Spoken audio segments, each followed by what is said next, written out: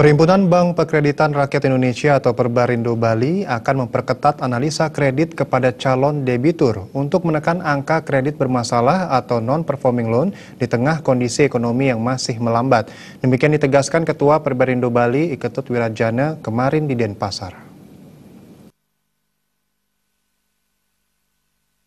Ketua Perbarindo Bali, Iketut Wirajana, mengatakan pihaknya akan mengadakan restrukturisasi kredit sehingga saat ekonomi membaik bisa menekan angka kredit bermasalah atau NPL. Hingga April 2017, realisasi kredit yang dicairkan anggota Perbarindo Bali yang berjumlah 137 BPR mencapai sekitar 9 triliun rupiah, sebagian besar diserap sektor UMKM. Sedangkan angka kredit bermasalah sekitar 5%. Guna mengantisipasi peningkatan NPL, salah satunya melalui pendekatan kepada debitur untuk melakukan pembayaran kredit.